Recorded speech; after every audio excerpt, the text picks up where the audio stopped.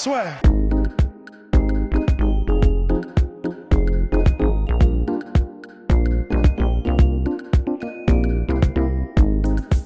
Bonjour à toutes et à tous, bienvenue dans le podcast La Sueur, ici à Dunkerque, l'atelier 83, avec Tom Duquesnoy, que nous n'avions pas eu depuis de nombreuses années maintenant.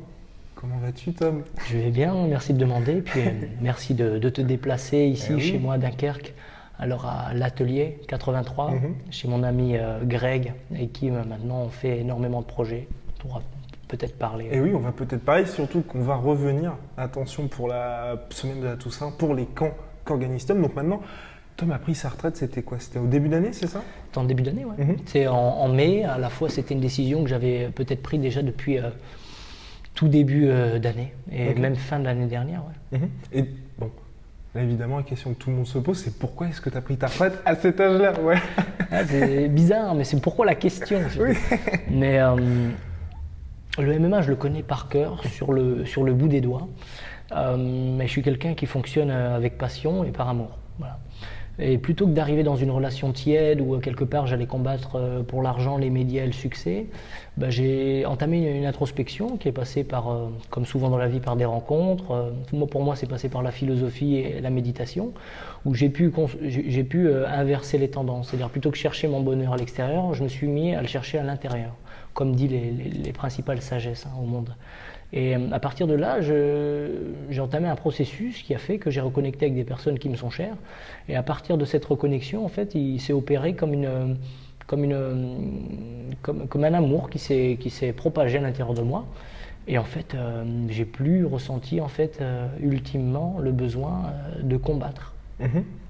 Forcément, logique, voilà. Donc, tu n'as plus besoin de combattre, t'es parti. Et ça, est-ce que ça a été dur pour toi de le faire? Parce qu'on voit énormément de combattants qui combattent trop longtemps et ensuite les gens commencent à se dire, par exemple, on va prendre l'exemple de Diego Sanchez qui est toujours à l'UFC, il aurait dû arrêter depuis très longtemps mais pourtant il continue, ou BJ Penn récemment. Et toi, tu as eu quand même cette force de dire je ne veux plus, donc je m'en vais. C'est le souci avec le sport de haut niveau, c'est que par essence, à partir du moment où tu t'entraînes 5-6 heures par jour, tu ne peux plus faire autre chose, ça peut développer des prisons intérieures, des prisons dans lesquelles tu peux rester 1 an ou alors toute ta vie. L'idée pour moi, c'est que le sport a toujours été libérateur, ça a été un ascenseur social, après ça a été un ascenseur spirituel et pour faire des rencontres amicales et même amoureuses, pourquoi pas.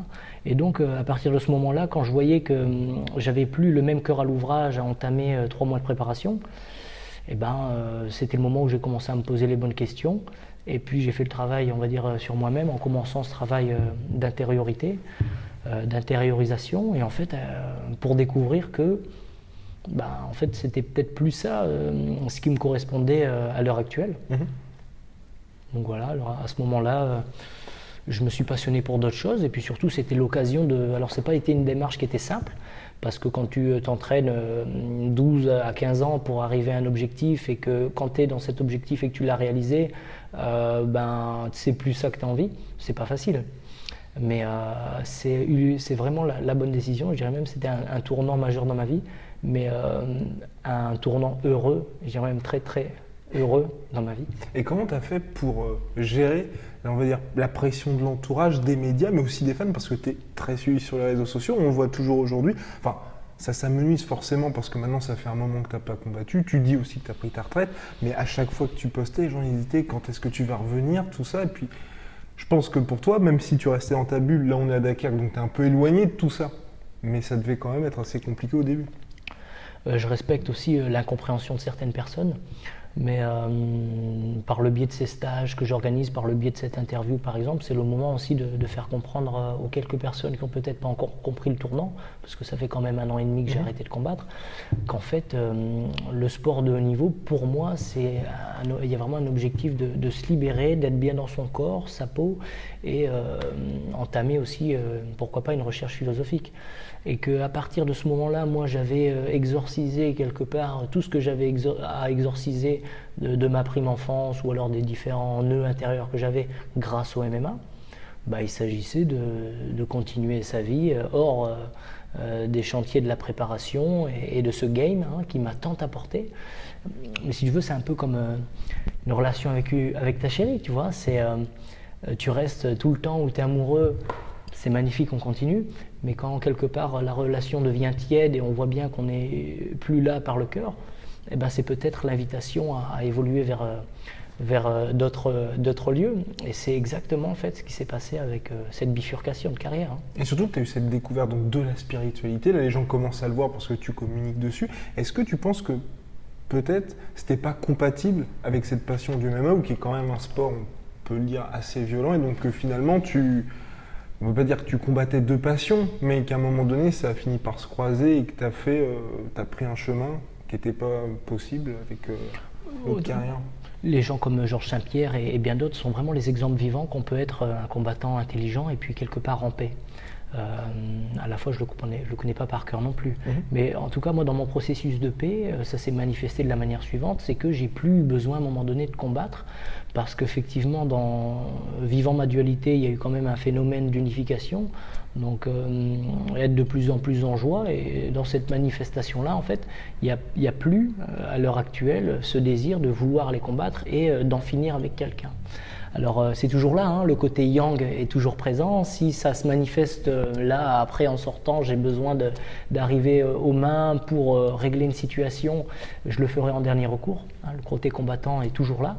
Par contre, j'ai plus du tout l'envie, là maintenant, d'aller dans l'octogone après 3 mois de préparation et dans un univers avec un rituel très sain, au final, très safe, vouloir plier le mec, ça n'existe plus chez moi. Voilà. Ce qui est quand même problématique pour un combattant de MMA. Donc c'est pour ça que là l'idée c'était aussi de se désengager de ce processus. C'était pas évident, mais après 1 an et demi, je sentais que ça allait être un tournant et évoluer vers quelque chose de plus heureux. Mais en fait, c'est quand même 1 million de fois plus puissant que ce que j'aurais pu imaginer. Parce que ce qu'on ne voit pas quelque part, on voit que le sommet de l'iceberg de l'extérieur et qu'on ne voit pas ce qui se passe en dessous. Et que une vie de combattant, c'est assez puissant. C'est-à-dire qu'il faut le vouloir. Tu as quelque part une dualité que tu as décidé de canaliser dans une pratique, c'est ça qui est formidable avec le sport, pour en découdre 2 ou 3 fois par an avec un autre combattant qui est dans cette même idée. Sauf qu'à un moment donné, quand tu n'as plus quelque part cette dualité intérieure, parce que nous on joue pas, c'est un sport de combat. Au football tu peux jouer et si tu fais une contre-performance c'est pas grave. En MMA c'est ton intégrité physique qui est en jeu. Donc il y a quelque chose peut-être en plus en MMA, c'est ce désir de se transcender, quelque chose qui te prend au ventre, aux tripes. Donc quand tu n'as plus ça, c'est surtout, faut pas y aller, quoi. Donc en fait, comme moi j'ai plus ça, parce que dans mon processus de sagesse intérieure, il s'avérait que j'avais plus besoin de mettre un coup de poing pour me sentir bien, et ben voilà. Et comme tu me l'as dit, je pense on peut le dire à tout le monde, tu es heureux, voilà, depuis 1 an et demi, depuis que tu as arrêté finalement. Est-ce que pour toi aussi finalement, cette, on va dire, vie de combattant, et tout ce qu'on connaît sur les sports de combat, donc à savoir les weight cutting, le fait de t'imposer un rythme de vie qui est difficilement tenable, tu disais je veux juste être heureux finalement et passer à autre chose. C'est-à-dire que dans cette part immergée de l'iceberg, il y a toute la préparation depuis l'âge de 12 ans. Alors quand j'avais 12 ans, je ne m'entraînais pas 10 heures par jour, mais par contre il y avait déjà un rythme, une structure, un cadre et surtout une projection dans le futur, quelque part où mon bonheur dépendait des résultats qui allaient arriver. Alors je fais partie des combattants qui ont réussi à l'UFC, mais imagine ceux qui n'ont pas réussi. On n'en parle pas, assez souvent. Et donc par rapport à ça, en fait, j'ai tout simplement voulu me libérer du temps et voilà, on imagine tout. C'est vrai qu'on n'imagine pas en fait tout ce qu'il faut pour arriver à ce niveau-là, et que moi je connais le processus par cœur sur le bout des doigts. J'ai envie de me dire what's next maintenant, quelle est la prochaine étape. En tout cas, c'était plus ça. Et donc là, maintenant, aujourd'hui, la prochaine étape, c'est les retraites spirituelles chaque week-end. Chaque week-end, ça bouge pas mal. C'est vrai que j'ai commencé timidement à communiquer dessus. C'est vrai que tous les week-ends se remplissent avec des gens qui viennent un peu de toute la France et qui ont envie d'investir quelque part dans cette recherche intérieure. C'est en fait la dernière année et demie pour moi, elle s'est traduite par des heures de méditation par jour, la recherche proche avec des philosophes, des maîtres éveillés, parce que c'est vrai que dans cette nouvelle génération, tu vois quelqu'un par YouTube, tu as l'opportunité de le contacter par Skype. Ça, c'est formidable, des maîtres qui ont, tu vois. Et donc j'ai continué ça un peu dans cet esprit de sagesse-là. Et l'idée pour moi maintenant, c'est de pouvoir partager ça avec les gens un maximum, parce que c'est ce qui me rend heureux, tu vois. D'être au proche de l'humain et de transcender ensemble. Alors maintenant, c'est plus par les coups et les échanges, c'est plutôt par l'hypnose, le reiki, le travail de manière holistique, essayer d'établir un nouveau cadre et une structure pour que la personne, pareil, exorcise sa dualité intérieure et pouvoir faire un vrai travail sur soi. Ce qui est en fait originellement l'idée de l'art martial. L'art martial, en fait, est comme un grand maître de l'aïkido le dit très bien, Ueshiba, il dit « le sage gagne avant de combattre, là où l'ignorant combat pour gagner ». Donc ça ne veut pas dire que si tu es sur un ring, si tu veux gagner, c'est-à-dire que tu es un ignorant. Ça veut surtout dire que le sage, lui, a déjà gagné avant parce qu'il a compris que l'idée, c'était pas de se projeter sur les résultats, mais comme on le dit dans le Tao, le bonheur, c'est le chemin. Donc, pas la téléportation dans un futur hypothétique qui n'existe pas. Et puis là, on se rappelle de tous les combattants qui ont essayé et qui ne réussissent pas. Tu vois. Donc maintenant, ça se manifeste comme ça, mes activités. Donc il y a les retraites spirituelles, donc il y a des groupes sur Instagram qui résument un peu tout ça et qui présentent ce que je pratique. Et il y a surtout, quelques fois par an maintenant, le MMA Camp Dunkerque. Donc ça, tu vas même y assister au prochain. Ça se déroule ici à Dunkerque. D'ailleurs, on s'entraîne ici à l'atelier 83, donc où les gens vont faire une série d'activités et d'entraînements pendant la journée, où en fait ces activités sont un peu basées comme un entonnoir, où en fait le résultat, c'est en savoir plus sur ça. Recherche intérieure, faire une espèce de bon quantique dans son intériorité. Et c'est vrai que si je me base sur les témoignages, il y a quand même des révélations puissantes avec des personnes qui font des mutations professionnelles, qui bougent, c'est des choses qui bougent dans leur vie, parce que la semaine a été intense. Donc par exemple, avec Greg, on a mis une méthode de préparation physique adaptée au MMA. Alors lui, c'est un spécialiste dans le TRX, dans les kettlebells, le travail à poids de corps, et puis les circuits training. Donc on travaille beaucoup avec ça pendant la semaine du camp, donc une fois par jour. Il y a l'entraînement de MMA et on voit à quel point du coup le MMA est relié en fait à l'énergétique et au spirituel. Donc là, l'idée, c'est de présenter une série d'épreuves où les personnes vont venir. Donc c'est assez hétéroclite. Il y a tous les niveaux, tous les sexes, tous les âges. Juste une seule chose est demandée, c'est avoir l'ouverture et surtout avoir l'envie d'en savoir plus dans sa recherche intérieure. Donc en fait, c'est l'idée pour moi de synthétiser tout ce que j'ai vu pendant ma carrière en matière d'alimentation, de spiritualité, de méthodes d'entraînement physique et martial. Et on se retrouve surtout avec un contexte assez calme. Il y a les dunes des Flandres, les dunes sauvages du Nord, la mer du Nord qui a été rendue célèbre par Jacques Brel, qui est absolument magnifique. Donc tout un décor où on va tous se déplacer à pied et pendant une semaine, dans la joie et dans la bonne humeur, avec un certain goût pour la transcendance, on va faire le taf, mais surtout passer une belle semaine ensemble. Et donc ça, c'est quoi? C'est un mode de vie qui te permet, on va dire, d'être tout le temps à ce niveau-là de bonheur, parce que j'imagine comment tu fais pour remplacer, finalement, pour combler ces espèces de pics d'adrénaline et d'endorphine que tu avais avant, parce qu'aujourd'hui, c'est quoi? Ça veut dire qu'aujourd'hui, tu es à un niveau qui est toujours aussi haut, alors qu'avant, c'était un peu en dents de scie? Ouais, avant, c'était vraiment les ups and downs. Ce qu'on ne parle pas beaucoup, c'est qu'en MMA, on a quand même le syndrome d'un peu de baby blues, un peu comme la femme enceinte qui vient d'accoucher, tu vois. C'est-à-dire que pendant 3 mois, tu vas te préparer pour une épreuve incroyable, tu y vas, et des fois tu gagnes, comme ça arrivait souvent au Bama ou même avant, tu gagnes en un round ou deux, et après, boum, plus rien. Donc en fait, c'était comme un fantasme qui ne se réalise jamais. Or, encore une fois, Lao Tse nous dit dans le Tao, le bonheur c'est le chemin, surtout c'est l'équilibre, c'est l'entre-deux. C'est pas le yang ni le yin, c'est pas le haut ni le bas, c'est la constance quelque part, cet équilibre entre les deux pôles. Donc quand j'ai compris ça, je l'ai adapté à ma vie. Et c'est vrai qu'à l'heure actuelle, je le vis tous les jours, parce que je suis dans la chance ou plutôt même le luxe de faire ce que je veux quand je veux à l'heure actuelle.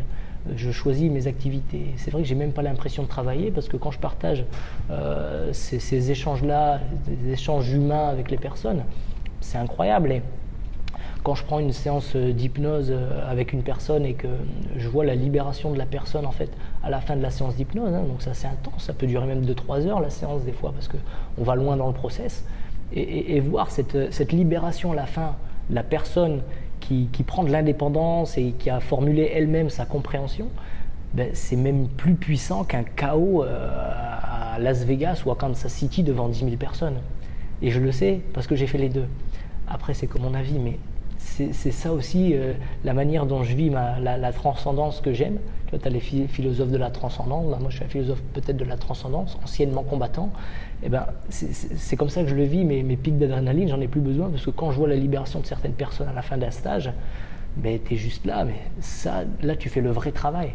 La personne elle est libérée ad vitam aeternam, et c'est pas comme moi je me souviens, bon ben je mets un KO, bon what's next, bon il y aura plus d'argent, plus d'opportunités, plus de succès, mais ça fluctue, hein, puis c'est quelque chose que tu maîtrises pas vraiment. Tandis que là tu peux vivre le process avec la personne, hand to hand, heart to heart, cœur à cœur, et c'est des expériences et des amitiés qui durent pour toute la vie ensuite. Et ça, quand j'ai vu ça, en fait j'ai fait, mais bien sûr que c'est beaucoup plus puissant qu'une carrière de combattant.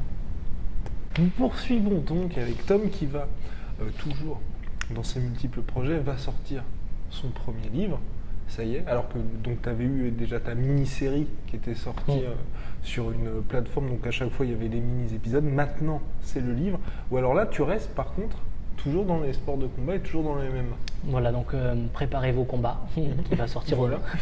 aux éditions Amphora, qui va sortir le 7 octobre, et donc pur MMA, mais à la fois il y a une grande fenêtre ouverte sur toute la préparation mentale, physique, et je dirais même l'approche globale du combat. Donc c'est dans une dimension holistique aussi que j'essaie d'approcher le combat, parce que pour moi ça s'est jamais uniquement résumé à un affrontement de deux personnes, mais plutôt il y a toute une introspection, il y a toute une approche, que ce soit dans la sacralité, dans le rituel, et puis surtout dans l'espoir d'aller mieux quelque part.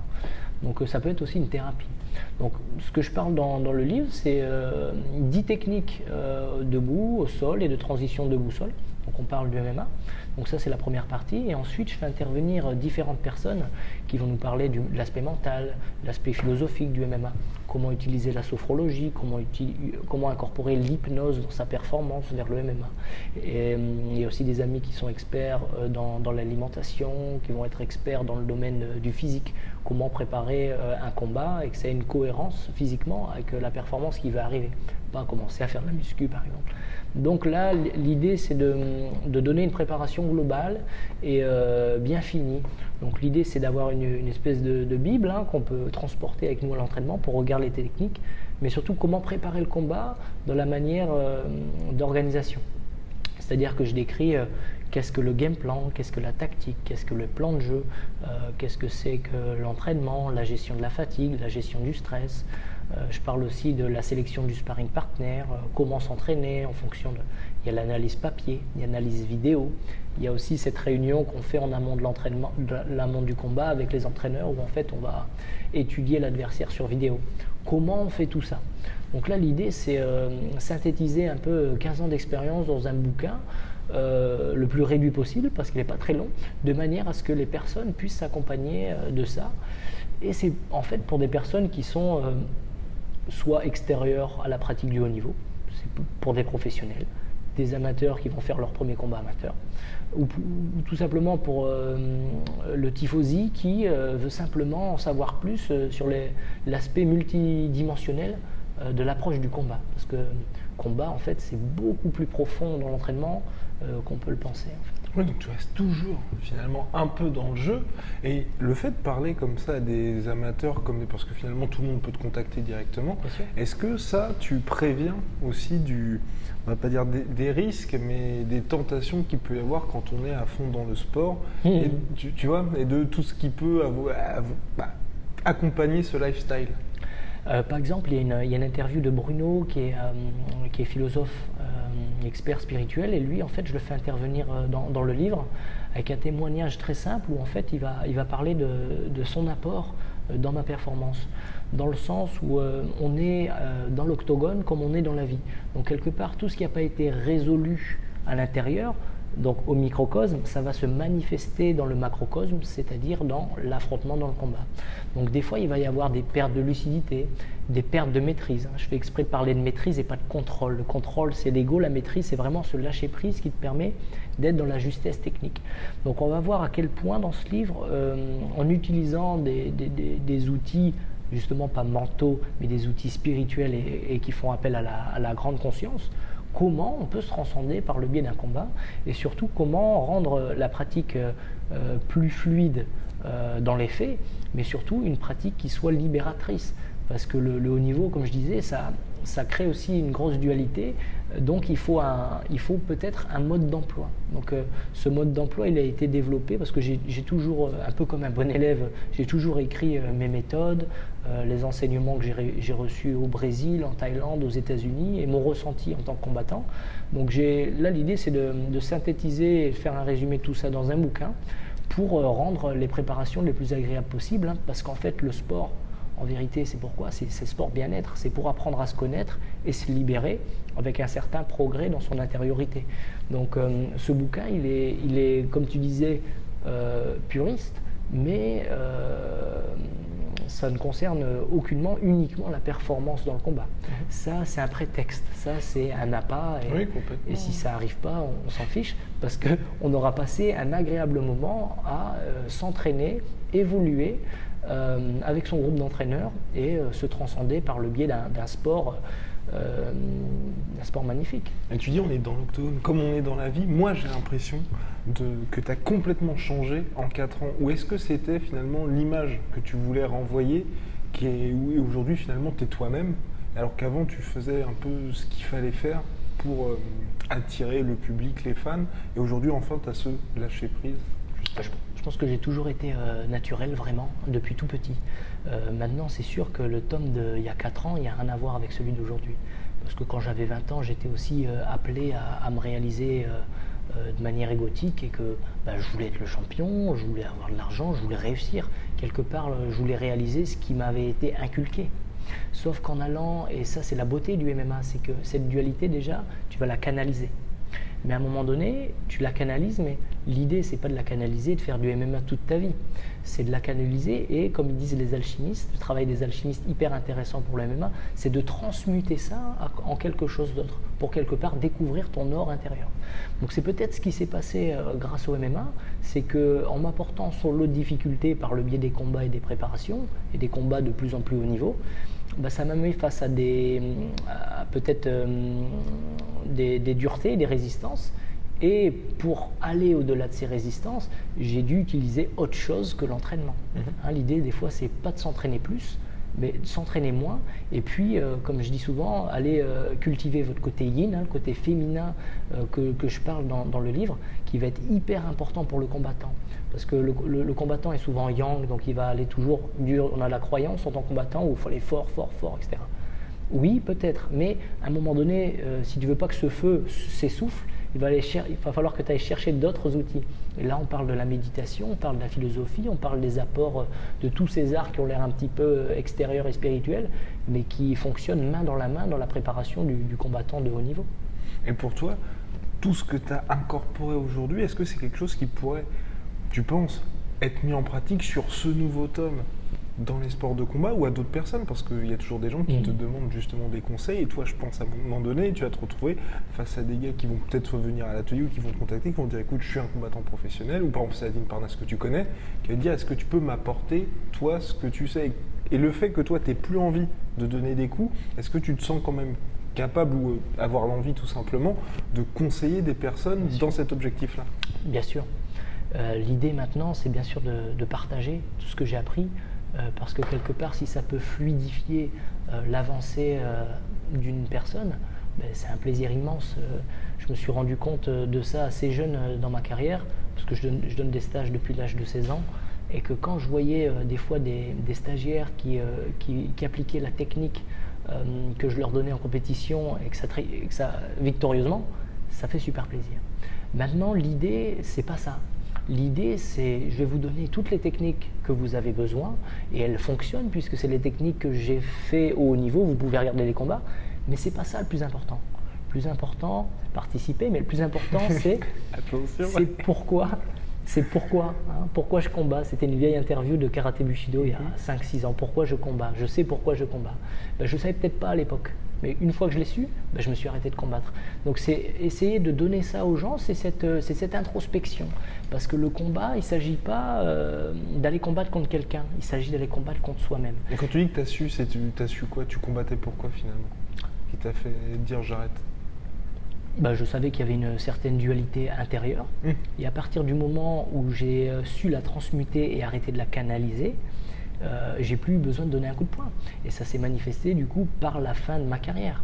Donc maintenant, ce que je partage dans les stages, c'est ça.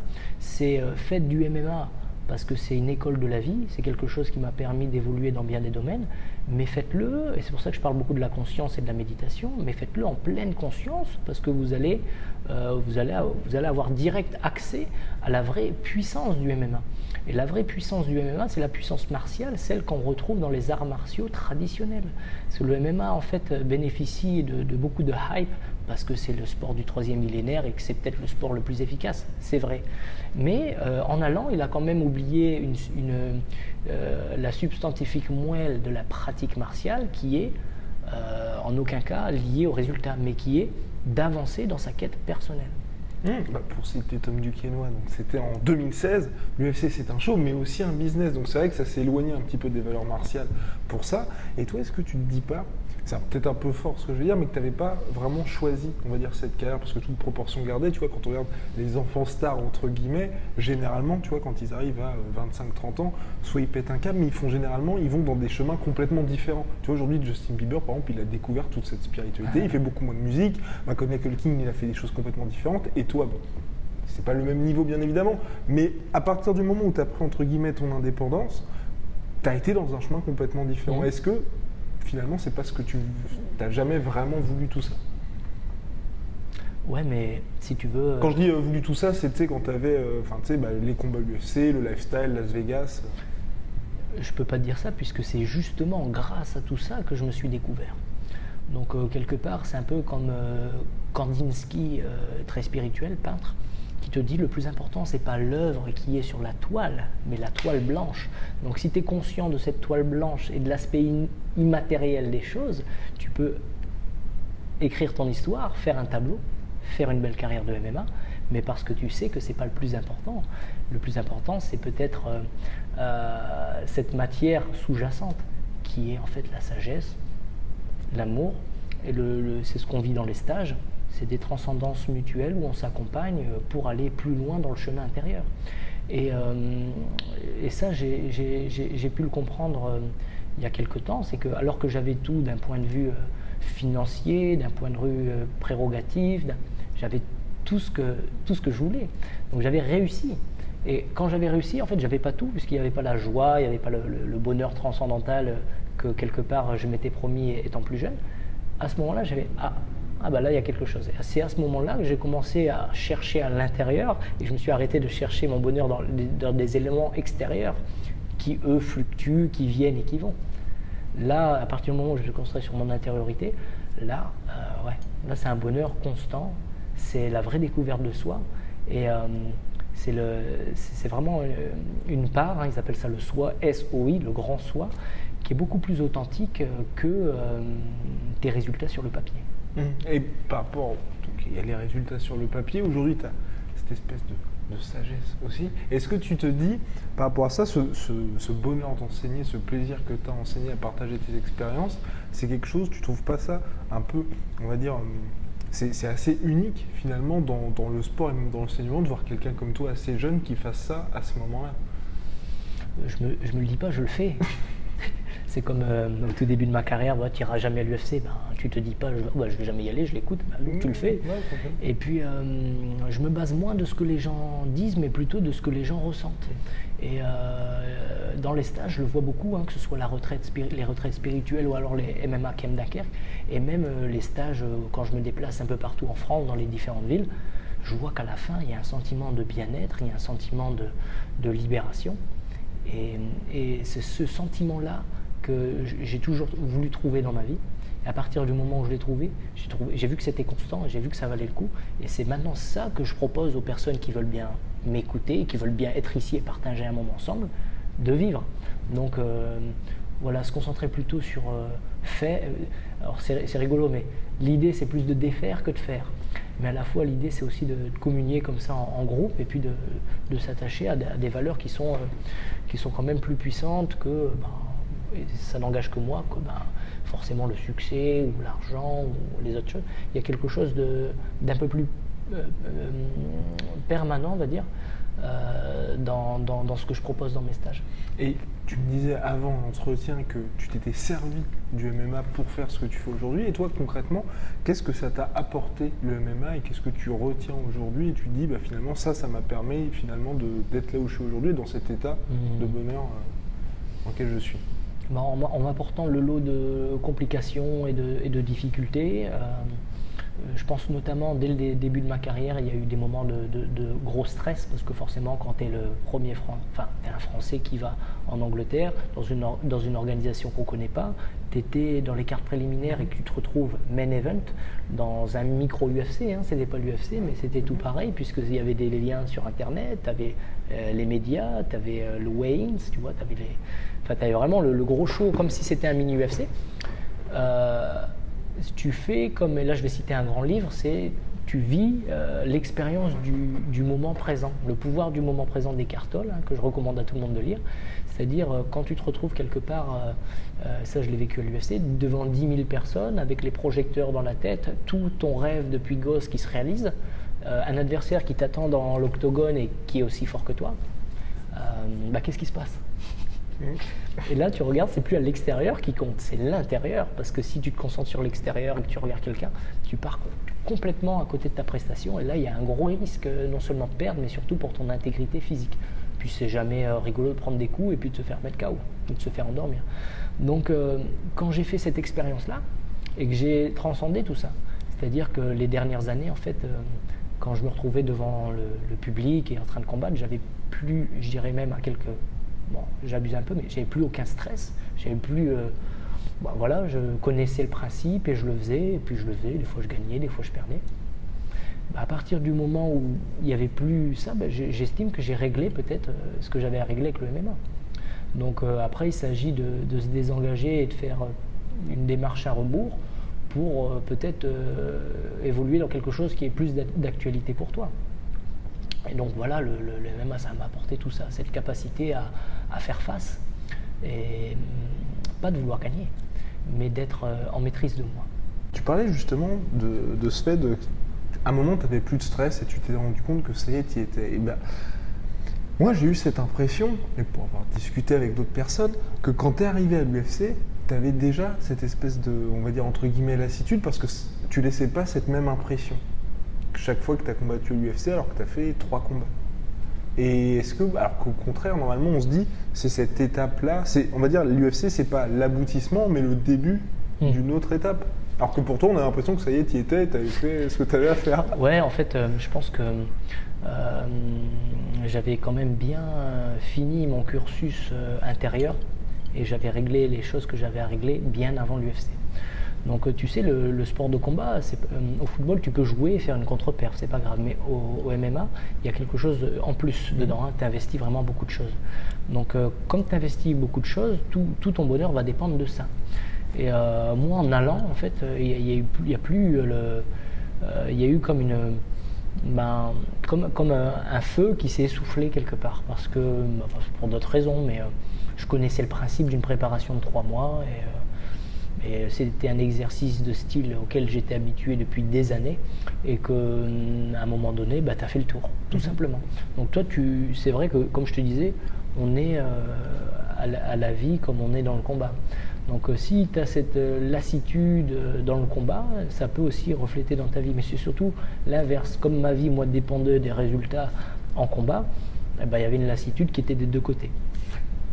Et pardon, t'as aussi, tu vois, t'es intelligent, t'es aussi conscient, on va dire, du jeu entre guillemets dans lequel t'étais.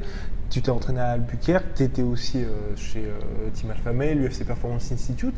Et moi, je pense aussi, après c'est peut-être complètement faux, que le fait que toi, tu n'aies jamais voulu faire ces weight cutting, ces grosses weight cuts terribles, alors que tu te retrouvais, tu vois, par exemple, quand t'as eu cette défaite contre Cody Stamann, un gars qui, on va dire, c'est un bon lutteur, mais qui n'a rien de spécial, entre guillemets, sur papier, sans être dur avec lui ou quoi que ce soit, mais qui pourtant, dans la cage, quand vous étiez dans le combat, on voyait très bien qu'il y avait quelqu'un qui avait cuté énormément pour le jour de la pesée, et toi, tu étais en poids de forme, entre guillemets. Est-ce que le fait de te retrouver face à ça, donc face à des Américains qui avaient toute cette culture-là du cutting, tu t'es pas dit, c'est peut-être tout simplement pas pour moi d'être obligé de m'infliger ça, pas pour être performant, mais pour pouvoir être en compétition avec des mecs qui font ça et qui ont cet avantage-là sûrement.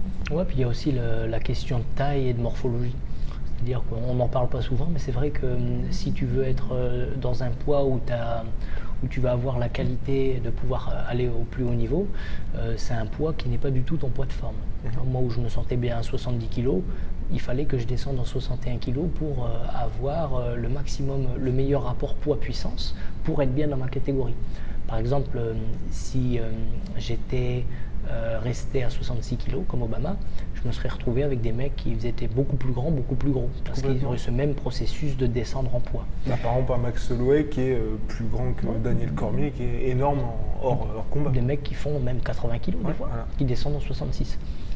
Et du coup, le fait que j'aille à 61, du coup, ça allait jusqu'aux 66 kg, 65, mais que pour finaliser les 4-5 derniers kilos, je devais à la fois assurer le dernier mois de préparation au plus haut niveau, donc avoir la hargne et puis de l'énergie, mais à la fois perdre du poids. Donc c'est un peu ce qui se passe en MMA, c'est complètement paradoxal. Tu dois être dans la performance, mais à la fois perdre le plus de poids possible.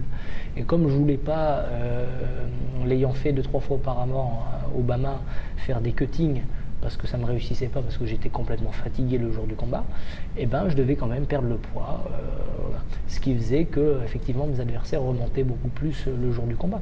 Mais ça je le savais, puis je l'avais accepté pleinement comme part de l'exercice. Seulement c'est vrai que si tu combats 3 fois par an, ça veut dire que tu vas faire 3 fois 3 mois d'entraînement, ça veut dire que tu vas faire 3 régimes, ça veut dire que tu vas être complètement fatigué pendant 4, 5, 6 mois de l'année.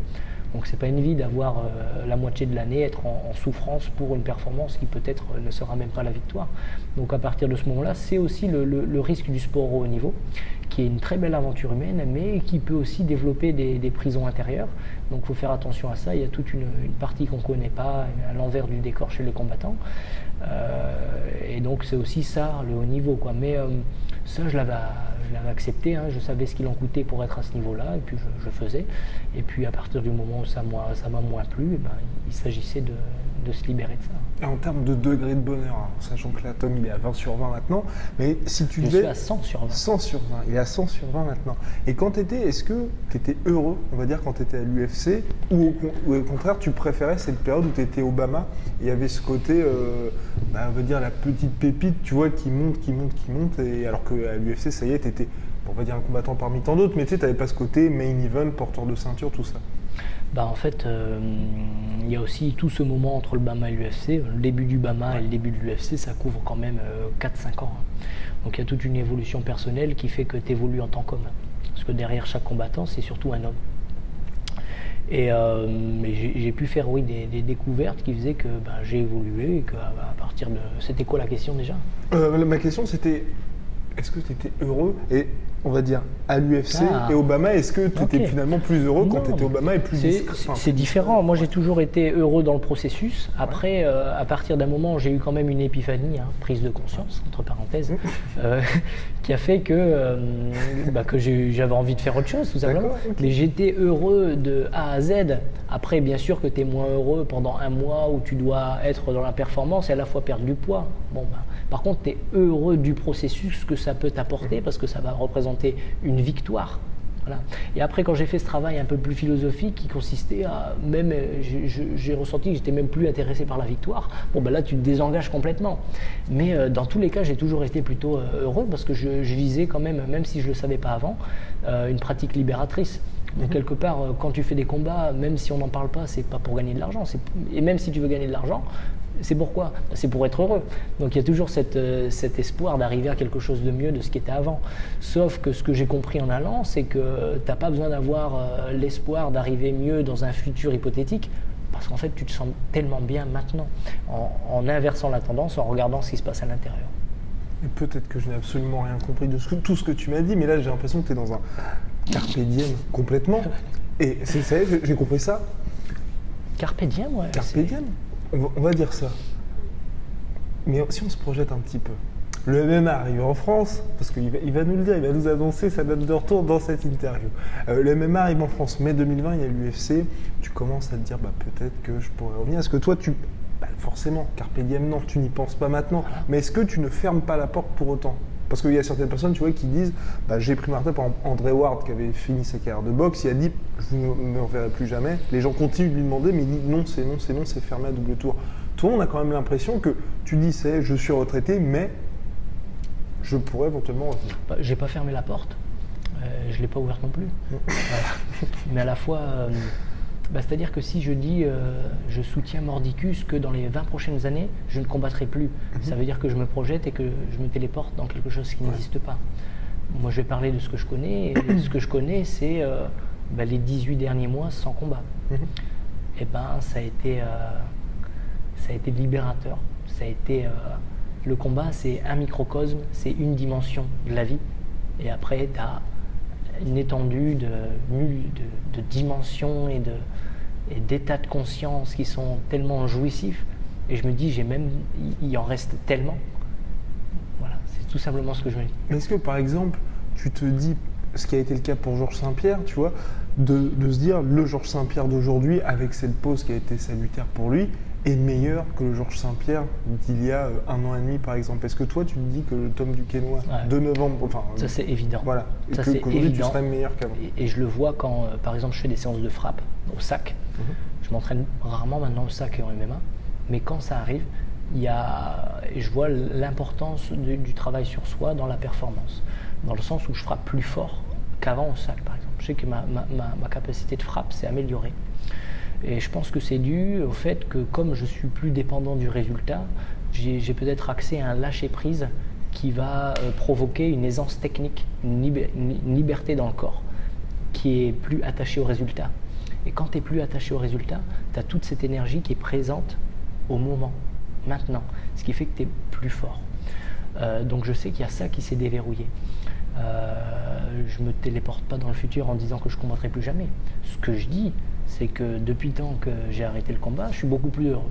C'est vrai que c'est différent, mais on peut éventuellement se dire que comment ça se dire peut-être que je vais revenir. Enfin, donc là, comme tu dis, quand tu frappes au sac, tu sens que tu frappes plus fort. Et est-ce qu'il y a des choses que tu adaptes, on va dire, par exemple le TRX et des entraînements que tu développes pour, en tant que toi, artiste martial, tu vois, progresser aussi vers cette voie-là, tu vois. Parce que en dehors de la performance, mais juste, pas être un monstre d'entraînement, mais tu vois ce que je veux dire, tu vois. Ouais. Ce qui est intéressant maintenant dans la préparation physique, c'est que je reste toujours proche d'un effort qui est proche du MMA, parce que c'est l'effort qui me parle le plus. Surtout que je donne beaucoup de conseils pour les combattants, donc l'idée c'est de leur donner quelque chose qui soit typé MMA pour eux. Donc c'est un peu la méthode que je mets en place avec Greg ici à l'atelier. On est en train aussi d'écrire un livre et une méthode qui est une méthode de préparation physique adaptée au MMA pour les sports de combat et arts martiaux en général. Donc effectivement, c'est un prisme par lequel tu vas devoir faire des choses qui sont en adéquation avec ton effort dans le combat. Donc je sais que je suis très proche de ça en ce moment et que Greg, il a vraiment fait évoluer ma vision des choses. Je pense même que si on avait eu la chance de faire une préparation ensemble, il aurait même boosté moi mes performances en tant que combattant, ça c'est évident. Notamment un travail sur le gainage, un travail intelligent du TRX sur des mouvements globaux en MMA, un travail de kettlebell, pareil sur des mouvements très proches de l'activité qu'on pratique. Donc je sais que tout ça, ça fait évoluer les choses. Et c'est pour ça que là on est en train de faire un livre et on fait des stages et puis on utilise ça aussi pour accompagner les personnes qui viennent ici lors du MMA Camp Dunkerque pour qu'ils puissent utiliser ça par la suite et le transmettre et devenir le plus indépendant possible. Et tu as toujours été, là par exemple aujourd'hui quand tu es à Dunkerque, c'est toi on va dire qui mène la barque. Même quand tu étais aussi à Paris, tu choisissais un petit peu. Est-ce que toi, pour un combattant, c'est compliqué justement de faire ces ajustements, même pour une personne, de faire ces ajustements entre être dans des grosses structures comme par exemple à Albuquerque, où t'es pas un combattant parmi d'autres, mais tu vois où c'est vraiment ça fourmille de partout, ou au contraire que tu puisses toi organiser un peu tout comme tu le souhaites et dire aujourd'hui on fait ça, et moi je sais ce que je ressens et on va faire en fonction. C'est essentiel que la préparation soit adaptée pour le combattant. Après, suivant le sens de la question, vraiment, moi, c'est ce qui a pu être aussi fatigant dans ma carrière, c'est que J'ai toujours dû tout faire tout seul, dans un sens où quand j'ai déménagé à Paris, l'idée c'était de construire mon équipe, faire le combat. À la fois, je devais me donner le coup de pied aux fesses pour moi-même m'entraîner. Et après, quand c'était à Albuquerque, c'était pareil. Quand c'était au Brésil ou en Thaïlande, c'était pareil. Et quand je suis débarqué à Vegas ou alors en Californie, c'était la même chose. C'était cette idée de, bon les gars, qu'est-ce qu'on fait? Je compose mon équipe pour arriver à un résultat. Je fais venir mon coach Bourama, qui est vraiment mon coach formateur à Paris, avec David Baron entre autres, plus dans mes années un peu plus jeunes. Et ben, je le faisais venir et voilà, on faisait le truc. Donc c'est vrai que j'ai pas fait partie j'ai toujours fait les choses moi-même, donc ça c'était un travail en plus. Là où par exemple dans les centres de formation, on a juste à se laisser aller et voilà, et ça découle. Donc je sais que ça aussi, ça a été une épreuve qui m'a beaucoup apporté parce qu'il y avait tout l'aspect hors de la cage à gérer, tu vois, l'aspect des business, les partenariats, les opportunités pour les marques, ma propre progression, chercher de l'inspiration. Donc il y a eu ce travail aussi, encore une fois holistique, de s'intéresser à tous les paramètres hors du combat pour progresser. Et tu dirais que toi, dans ta carrière, le fait d'avoir pas eu un manque de stabilité, mais on va dire d'avoir énormément bougé, c'est quelque chose, toi aujourd'hui avec du recul, tu dis c'était une chance ou au contraire tu aurais aimé, par exemple quand on voit des Georges Saint-Pierre, des John Jones, les mecs ont toujours eu le même coach et ont toujours été au même endroit quoi qu'il arrive. Ça peut te limiter. Moi, dans tous les cas, tu sais, tu as remarqué, tu commences à me connaître et c'est toujours une chance. Surtout le passé, c'est toujours une chance d'évoluer. C'est une proposition d'aller mieux. Rumi nous dit la blessure, c'est la brèche par laquelle entre la lumière. Tu vois. Donc je pense un peu comme ça. Le manque de stabilité, il a été éreintant parce que tu dois faire tout toi-même. Mais à la fois, il m'a apporté énormément de choses puisque j'ai eu la chance très jeune d'aller chercher les techniques à la Nova União au Brésil, aller chercher le clinch au Muay Thai. J'ai eu la chance aussi d'être à Paris et d'être avec plein de boxeurs thaï formidables et en embarquant mon coach toujours avec moi. Et après, j'étais aux États-Unis pour adapter ma lutte au MMA parce que quand je suis arrivé aux États-Unis, j'avais un bon pied-point, mais j'allais vite fait sur les fesses parce que j'avais pas encore adapté ma garde parce que la garde MMA n'a rien à voir avec un sport pied-point. Donc à partir de là, j'ai travaillé sur la lutte et je connais. C'est pareil, on m'a jamais vu en lutte ni au sol, mais je connais des milliers de techniques et ça me passionne, quoi. Donc c'est tout ça que je donne aujourd'hui par le biais des stages. Donc bien sûr que ça a été fatigant, mais ça m'a apporté d'un autre côté. Voilà pour te répondre. Bien. Et nous allons finir donc cet entretien. Mais tu dis voilà, ça te passionne. Et tu ne dis pas, comme tu enseignes à chaque fois, que de temps en temps, quand tu te retrouves avec tes élèves, peut-être que tu es plus fort qu'eux, on va dire entre guillemets physiquement, parce que pour reprendre l'exemple Greg Jackson ou Firas Zahabi, ils ont beau avoir des montagnes de connaissances, aujourd'hui physiquement ils peuvent plus réussir à appliquer ce qu'ils ont, alors que toi, tu es dans ton prime là. Et t'as pas ça qui te titille un peu, genre lors des sparring ou lors des sessions par exemple de grappling, ou quand tu fais du JB, tu te dis là je peux y aller full blast. Mais on fait un petit peu pour jouer. Pour jouer, on va mettre toutes les protections et puis on va lâcher les chevaux. Et puis, j'ai plus le même niveau qu'avant physique. Tu dis ça, t'es gentil en vérité. Donc, dans quel sens est-ce que tu veux dire t'as plus le même niveau physique? Parce que je suis capable de faire 3 rounds à l'époque, maintenant je le fais sur un round. D'accord. Ah oui, au niveau endurance, c'est ça dans ce sens? Ouais, en manière de quantité, d'entraînement, tout ça. Donc forcément, ça se réduit. Donc, tu vois, si demain je dois combattre dans 3 mois, je sais que je serai au top, tu vois. Mais ça voudrait dire passer par 3 mois d'entraînement. Donc, il faudrait 3 mois pour revenir au super prime. 4 mois. 4 mois, d'accord, ok. Un mois de reprise et puis 3 mois de préparation usuelle. Donc la question c'était... Donc là c'était plus, on va dire quand tu es en entraînement, tu te dis, il y a cette petite voix qui fait allez Tom, vas-y à fond parce que là tu peux toujours... Et il y a la petite voix qui dit, tu pourrais, mais c'est pas toi. Donc l'idée là, à ce moment-là... mais le dépassement de soi, c'est pas... Non, l'idée c'est d'accéder au soi, c'est pas de dépasser le soi. Il est terrible. Bon ok, voilà, ça me paraît très bien. Merci d'être déplacé ici à Dunkerque. Et on revient pour le camp en première semaine de la Toussaint et le bouquin sort le 7 octobre. Voilà. C'est ça. Et voilà, tout est dit. Nickel. Soit.